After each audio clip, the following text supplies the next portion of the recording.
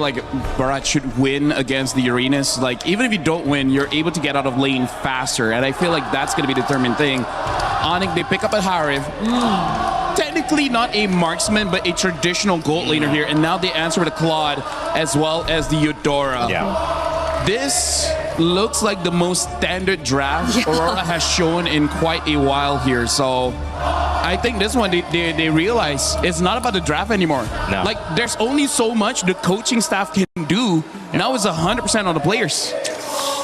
Gotta make sure the execution goes smooth for Aurora this time, going for a very standard draft. But for Keyboy in Rome, Gato was good. I like the counter. yeah, Gato can be. Minotaur's banned. Atlas banned. Belleric still available, right? That could also be an option. Honestly, yeah, Belleric can still be an option because for now, I feel like for ONIC, almost any pick in the roam can really help them out here. And there you go. They pick up the Belleric. Also kind of good going up against the Claude, Uranus, Cho. So who do they want to pick up? Who does this Cho work against on the side of ONIC? Who's the priority? No one. No one. So that's if you can catch Fanny, great. But wow, I don't know about that. At best, probably just disrupt. Because ONIC will just go all in the team fights. Who are you leaning towards, guys? Final game. I'm leaning towards ONIC. I have to go for ONIC. ONIC. Wow. Indonesian champions in 2023 trying to go back and win in the semifinal. Aurora trying to prove that they deserve to be on the main stage. It's one game away that decides it. A best of 5 turned into a best of 1. Aurora Gaming versus ONIC. Turkey versus Indonesia. Let's send it back over to our casters, Gideon and Naisu, for game 5 at MSC. Two teams walked into this arena at the Esports World Cup thinking that they could make some life-changing money. Now they put it all on the line as both teams have pushed it to match point. A single mistake, a single good play could be the difference between a lot of cash here. But now let's jump right into this game as the Land of Dawn has already blessed us with a beautiful series.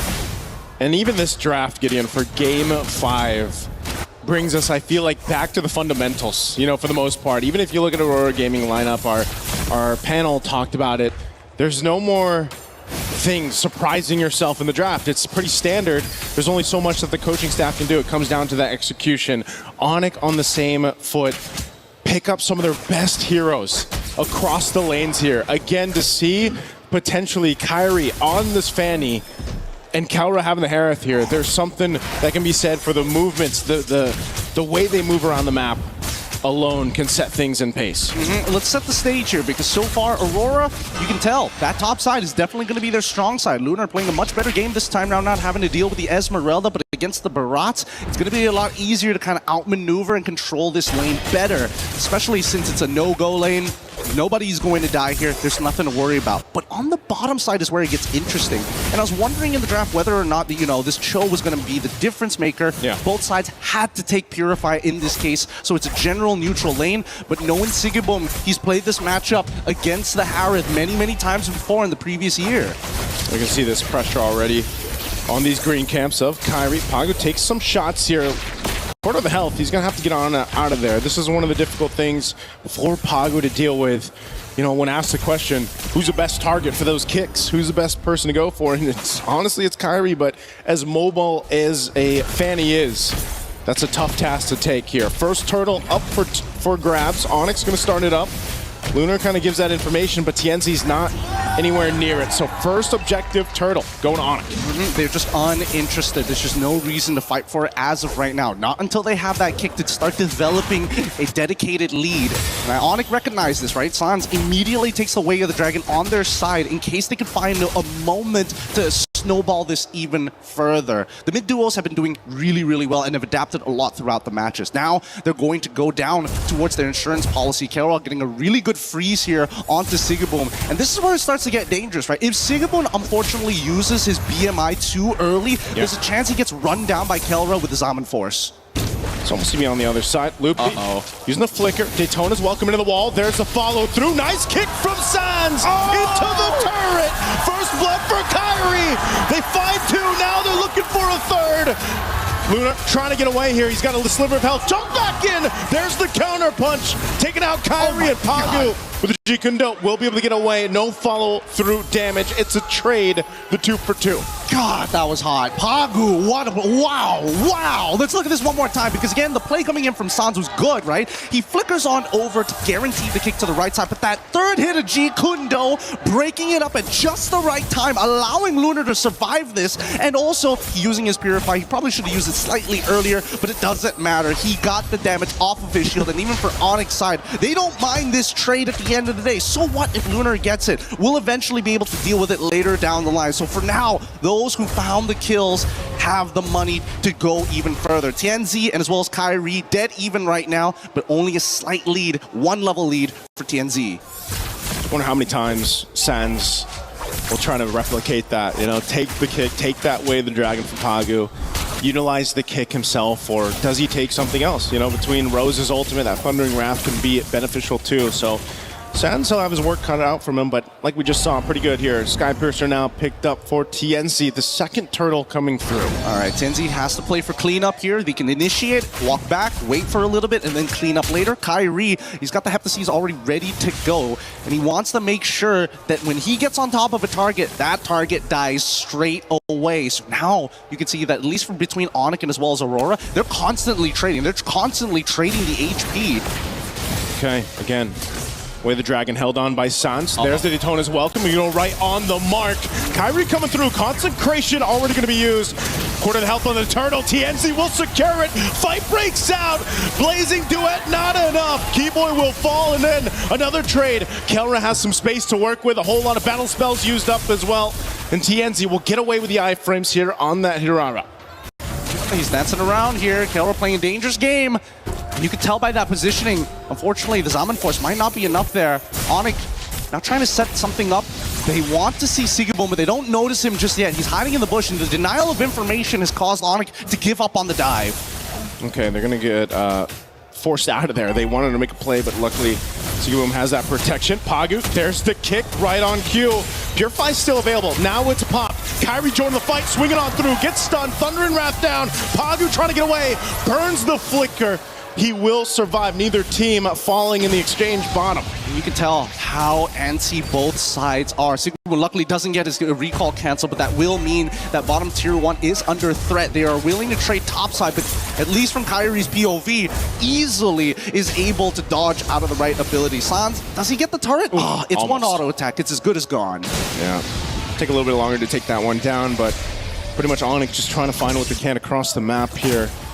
It's really neck and neck in Game 5 so far, Gideon. Again, this is exactly how you want this series to pan out here. Neither team really pulling the switch just yet.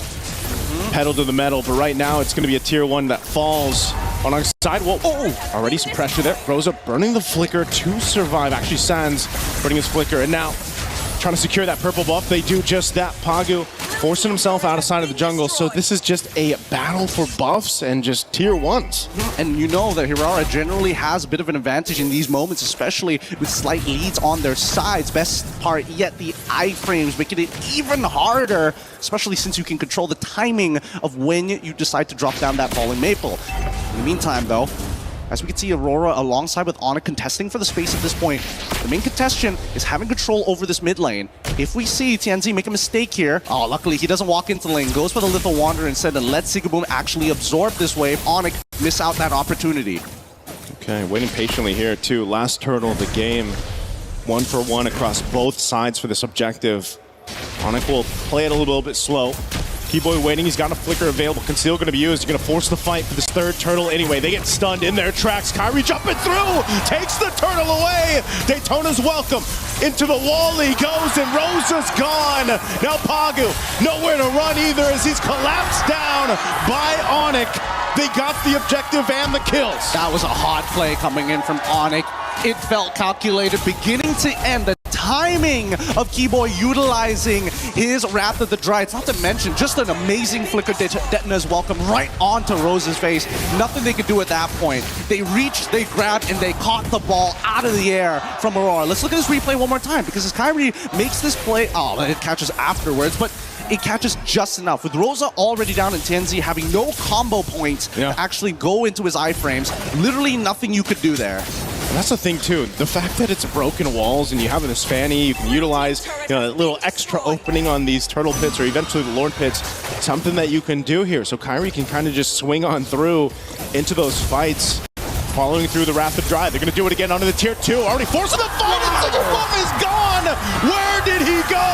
And Lunar to follow, a double for Kairi. And now TNZ went into the rest, rather drive, puts the taunt, loads him up! Triple kill for Kairi! Making a possible maniac on the Fanny!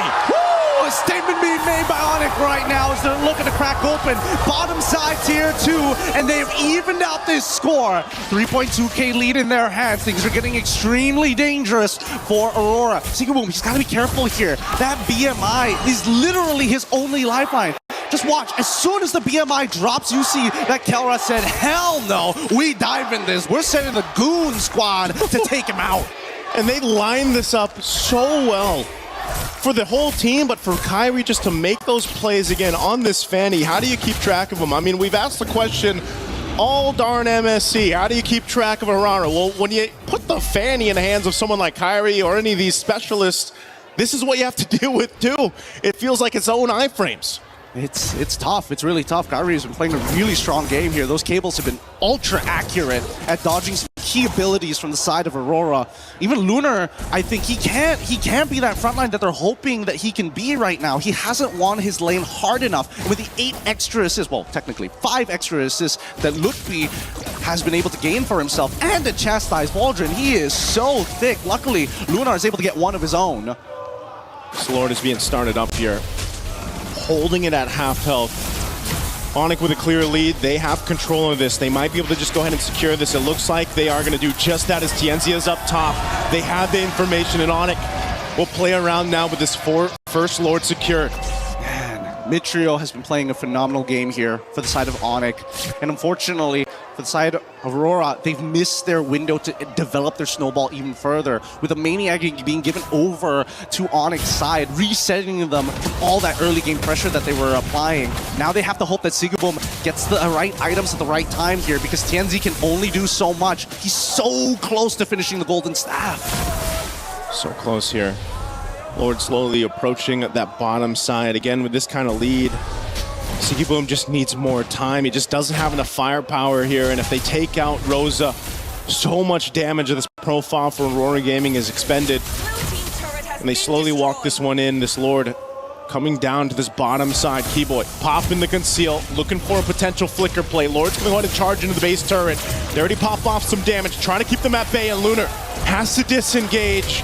They just want to clear out this Lord. They want to hold on to these base turrets. Kelra jumping in with his Almond Force, pushing him off the turret just to secure it. And now ONIC will go ahead and call it off. They look for more space turrets. Up top, Kairi. TNZ holding it in bay. They hold on to 2 base turrets for now. ONIC right now just aren't falling for any of the typical tricks. They're going to lose another shielding here. Yeah, that's pretty much everything. ONIC have set this up for a final push with the next Lord. If they can... wait, do they have the ults? They do! Charge in. Loopy jumping in, and they still the Rather Dry. They're going to force the fight anyway. Loopy gone, and Sigibum too. Kairi's still going. They're cut off from each other. Pagu trying to get away. Kelra, a couple shots, still has the shield. They're so low, though. Aurora Gaming might want to punish.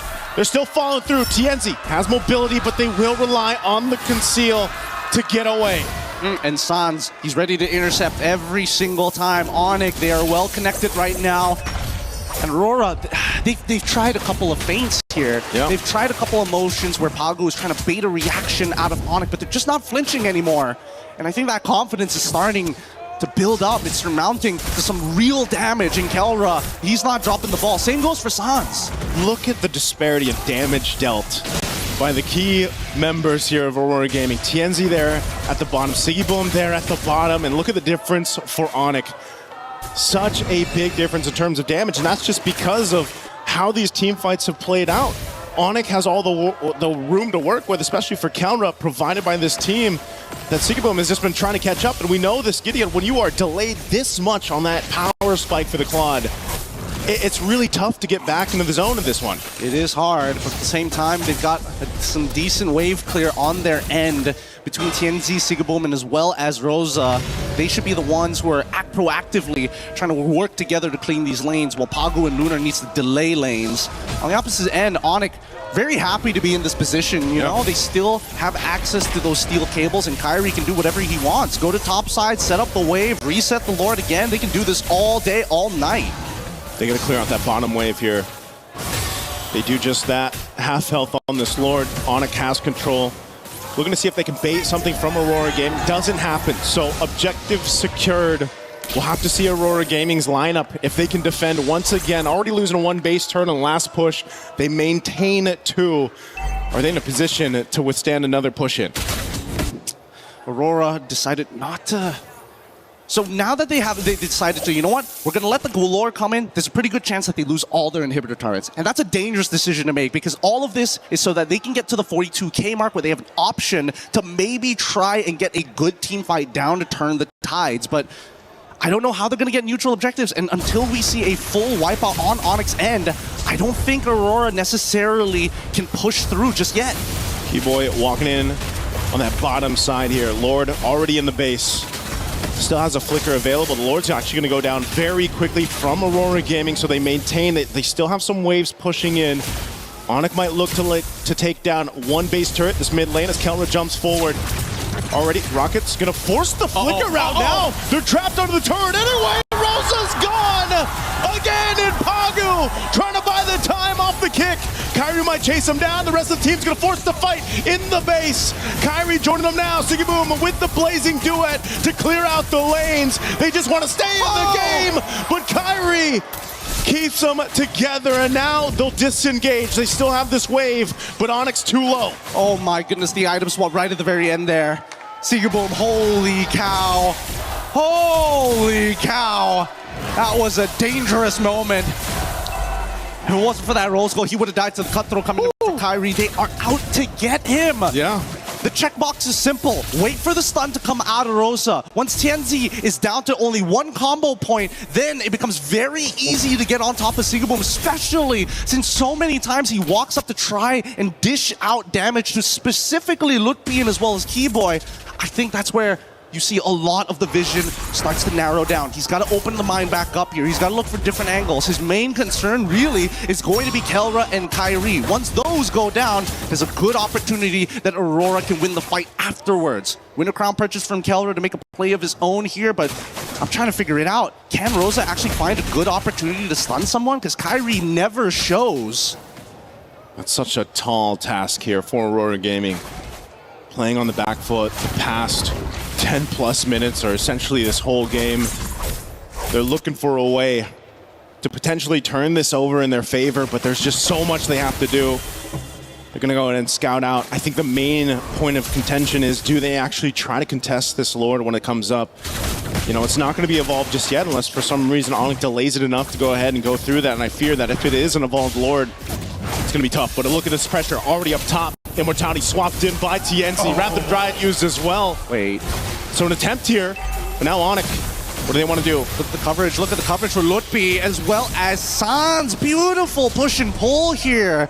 TNZ able to bait out the Wrath of the Dryads, and honestly, ONIC, they don't mind. They're like, okay, sure, no Wrath of the Dryads. We want you to come to us, actually. We want you to come just when Wrath of the Dryads is about roughly 8 seconds, maybe even 12 seconds, and then we're going to dance. We're going to keep on dancing, because unfortunately for you, super minions are always going to be knocking on your door, and we like to keep the porch clean.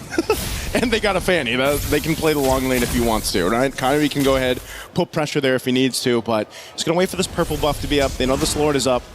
They can delay it a little bit further if they want to. Aurora Gaming looks to go ahead and try to get in position here. I'm not sure if this is exactly what they want to do, but it just might be one last ditch effort if they can. TNZ swinging around. ONIC knows it. Oh, the flicker forward. TNZ making his way to this fight. Can he turn it around? Pagu with the kick. It's on Kyrie. Immortality are going to be popped. Kyrie's going to get out there. TNZ also trying to buy space, but Pagu falls, and now it's all falling apart. Winner crown with the blazing duet from Sigaboom, but it's not enough. Kelra gets a double. Aurora, they still have TNZ up, but Lunar on the disengage. This fight might just be over. Kyrie joining the fight, cabling on through. He has what he needs. He's going for TNZ. He's got the immortality till he doesn't. And now ONIC will clean it up. And Lunar can't do anything. ONIC will move on forward with the hope of Indonesia as they douse out the lights of Aurora Gaming. One hell of a game, and ONIC, no disappointed smiles. Everybody knew that this was going to be one hell of a game, and they find it and they break through. A crushing defeat for Aurora. God, that's the nature of competition. What a sweaty game.